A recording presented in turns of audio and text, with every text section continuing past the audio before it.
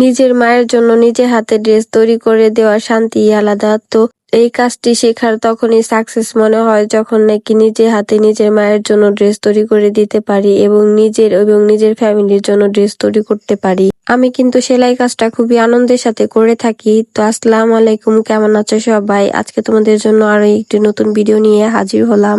আজকে এই সুতি বাটিকের ড্রেসটা আমি আমার মায়ের জন্য তৈরি করব। বর্তমানে এখন যে পরিমাণে গরম পড়েছে, তো এখন কিন্তু বাটিকের এই সুতি ড্রেসগুলা কিন্তু পরতে খুবই আরামদায়ক, কারণ এগুলোর কাপড় কিন্তু খুবই পাতলা এবং নরম থাকে।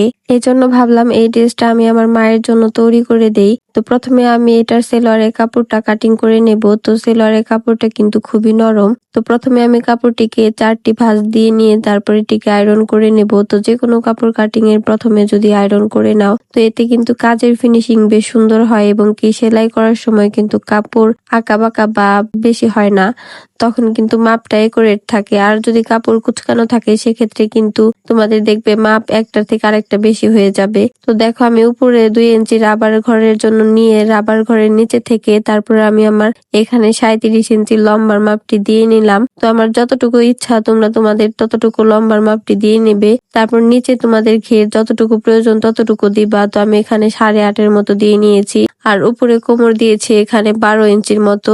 তো উপর থেকে কোমরের হাই নিয়েছি 15 ইঞ্চি। এরপর সম্পূর্ণ মাপগুলো মিলিয়ে নিয়ে তারপরে দাগ দিয়ে নিয়েছি এবং সাইডে থেকে কাটিং এর জন্য 1 ইঞ্চি পরিমাণে বাড়তি দাগ দিয়ে নিয়েছি। তো এখানে 1 ইঞ্চি পরিমাণে দাগ দিয়ে কিন্তু কাটিং করলেই হয়, এর বেশি কিন্তু নিতে হয় না। তো এরপর আমি নিচে এবং কোমরের আবার যেখানে দেব, তো সেখানে কাপড় একটু কাটিং করে চিহ্ন করে নিলাম। তো এরপর কাপড়টিকে আমি আয়রনের সাহায্যে সুন্দর করে আমি একটু ভাঁজ দিয়ে নেব। তো এই ভাঁজ দিয়ে আয়রন করে নিলে কি যখন আমি কাপড়টিকে সেলাই করব তখন কিন্তু আমার দুইটি পার্টি খুব সুন্দরভাবে বোঝা যাবে। তো একটির থেকে একটি কম বেশি হবে না। তো দেখো এখন কিন্তু আমার সেলোয়ারের অংশটিকে প্রায় কাটিং করা শেষ। তো এখান থেকে আমি সেলোয়ারের যে নিচে কলি দিব সেই কলির কাপড়ের অংশটুকু কাটিং করে নেব।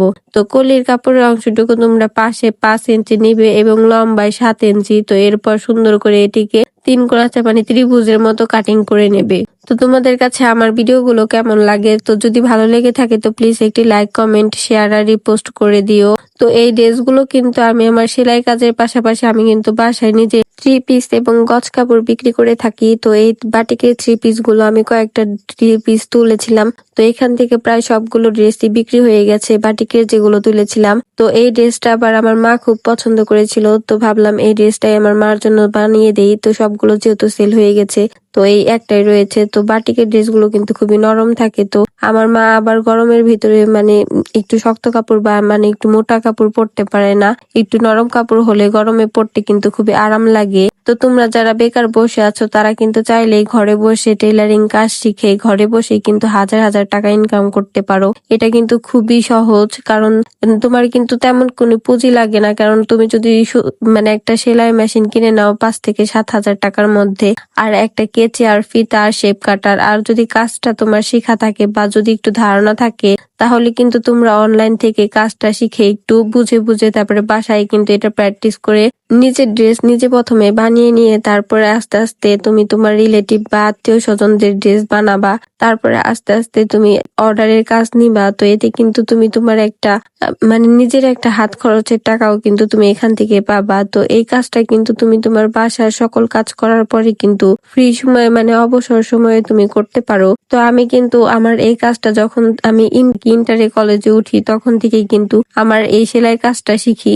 আমি এটা নিজে নিজেই শিখি, কারণ আমার এই সেলাই কাজটা শেখার অনেক ইচ্ছা ছিল। কারণ আমার নিজে নিজের ড্রেসটি তৈরি করার অনেক ইচ্ছা। কারণ আমি যখন টেইলারের কাছে ড্রেস বানাতে দিতাম তখন কিন্তু তারা আমাকে ড্রেস টাইম মতো দিত না। তো তখন একটা খুব জিদ হয়েছিল যে আমিও একদিন নিজের ড্রেস নিজে বানাবো, তখন আর টেইলারের পিছনে ঘুরবো না। সেই জিদ থেকেই কিন্তু আমার এই কাজটা শিখা। তো এখন কিন্তু আমি এই কাজটি শিখার পর ঘরে বসে আলহামদুলিল্লাহ প্রায় অনেক টাকা ইনকাম করতে পারি। তো সেখান থেকেই কিন্তু আমি আমার ছোট ছোট অনেক ইচ্ছাই পূরণ করেছি বা এখনো করছি। তো তো তোমাদের সঙ্গে সেটাই আমি টুকটাক ভিডিও শেয়ার করি। তো আমার কিন্তু প্রচুর পরিমাণে অর্ডার আসে, সেজন্য কিন্তু তোমাদের সঙ্গে প্রায় সময় কিন্তু আমি ভিডিও তেমন ভাবে শেয়ার করতে পারি না। যেমন ঈদের কাজের সময় কিন্তু আমি তোমাদের সঙ্গে তেমন একটা ভিডিও শেয়ার করতে পারিনি। তো তোমরা যে সকল আপুরা এই দর্জি কাজ শেখার ইচ্ছা আছে বা আগ্রহ আছে, তারা কিন্তু সময় নষ্ট না করে এখন থেকেই কিন্তু কাজটা শুরু করে দাও বা শেখাটা শুরু করে দাও। একটু একটু চেষ্টা করলেই কিন্তু তোমরা পারবা।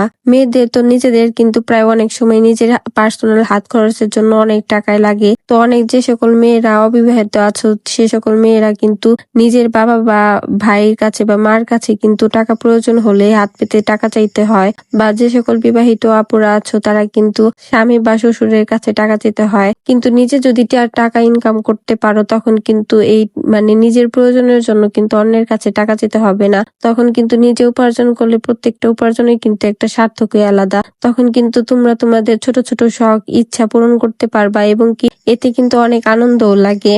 প্রতিটা মেয়েরই কিন্তু একটা নিজস্ব উপার্জন থাকা উচিত, কারণ তোমরাও কিন্তু তোমাদের বাবা মাকে একটু একটু করে হেল্প করতে পারবা, সাহায্য করতে পারবা। বাবা মার পাশে দাঁড়ালে কিন্তু নিজেদেরও কিন্তু অনেক ভালো লাগে। সেটা কিন্তু অনেক বড় কিছু না হোক, ছোট ছোট বিষয়েও কিন্তু যদি সাহায্য করতে পারি, তখন কিন্তু নিজেদেরই একটু অন্যরকম আনন্দ মনে হয় যে না, বাবা মার পাশে একটু হলেও সহযোগিতার হাত বাড়িয়ে দিতে পারবো। তো আমরা মেয়েরা কিন্তু চাইলেই কিন্তু অনেক কিছু পারি না। যেমন অনেক আপুরা কিন্তু অনেক শিক্ষিত বা পড়াশোনা করেও কিন্তু ঘরের বাইরে জব বা চাকরি করতে পারো না, কারণ এটা কিন্তু অনেক ফ্যামিলি থেকে কিন্তু মেনে নেয় না। এজন্য কিন্তু তোমরা চাইলেই ঘরে বসে 4 দেয়ালের ভিতরেই কিন্তু এই দর্জি কাজটা করতে পারো। তো এটা কিন্তু অন্তত পক্ষে নিজের জন্য শেখা উচিত, কারণ নিজের ড্রেস বানাতেও কিন্তু বর্তমানে অনেক টাকা মজুরি নেয়। তো সেই টাকা দিয়ে কিন্তু তোমরা আরো একটা নতুন ড্রেস তৈরি করতে কিনতে পারবা। যেমন এখন কিন্তু নর্মাল একটা সুতির ড্রেসের মজুরি কিন্তু 200 টাকা নেয়। তো আর কাজ করা গলা নেয় 500 বা 550, 600, তো যার কাছে যেরকম রাখতে পারে। তো এই টাকাগুলা যদি তোমরা তোমাদের নিজের ড্রেস বানিয়ে যদি টাকাগুলো সেভ করতে পারো, এতে কিন্তু নিজেদেরই কিন্তু অনেক ভালো। জানি না তোমাদের কাছে আমার কথাগুলো কেমন লাগবে, ভালো লাগবে কিনা খারাপ লাগবে। যদি খারাপ লেগে থাকে তো আমি কিন্তু দুঃখিত। তোমরা যে সকল আপু এবং ভাইয়ারা নিয়মিত আমার ভিডিওগুলো দেখো এবং লাইক, কমেন্ট, শেয়ার আর রিপোস্ট করো, তাদেরকে জানাই অসংখ্য ধন্যবাদ। তোমরা আমাকে এভাবে সাপোর্ট করে যেও। তো টিকটক এবং ফেসবুক থেকে যারা দেখছো তারা ফলো দিয়ে দিও, আর ইউটিউব থেকে যারা দেখছো তারা সাবস্ক্রাইব করে দিও। তো আমার এই আজকের ভিডিওটা যদি তোমাদের কাছে ভালো লেগে থাকে বা আমার কথাগুলো যদি ভালো লেগে থাকে, তাহলে একটা সুন্দর কমেন্ট করে দিও, আমি তোমার কমেন্টের রিপ্লাই দিয়ে দিব। তোমাদের সঙ্গে কথা বলতে বলতে কিন্তু আমার ড্রেসটি কাটিং করা কমপ্লিট হয়ে গেল। তো দেখো, আমাদের এখানে কিন্তু আজকে সারাদিন কারেন্ট থাকবে না, তাই আমার এই পুরাতন মেশিনে আজকে এই ড্রেসগুলো সেলাই করব।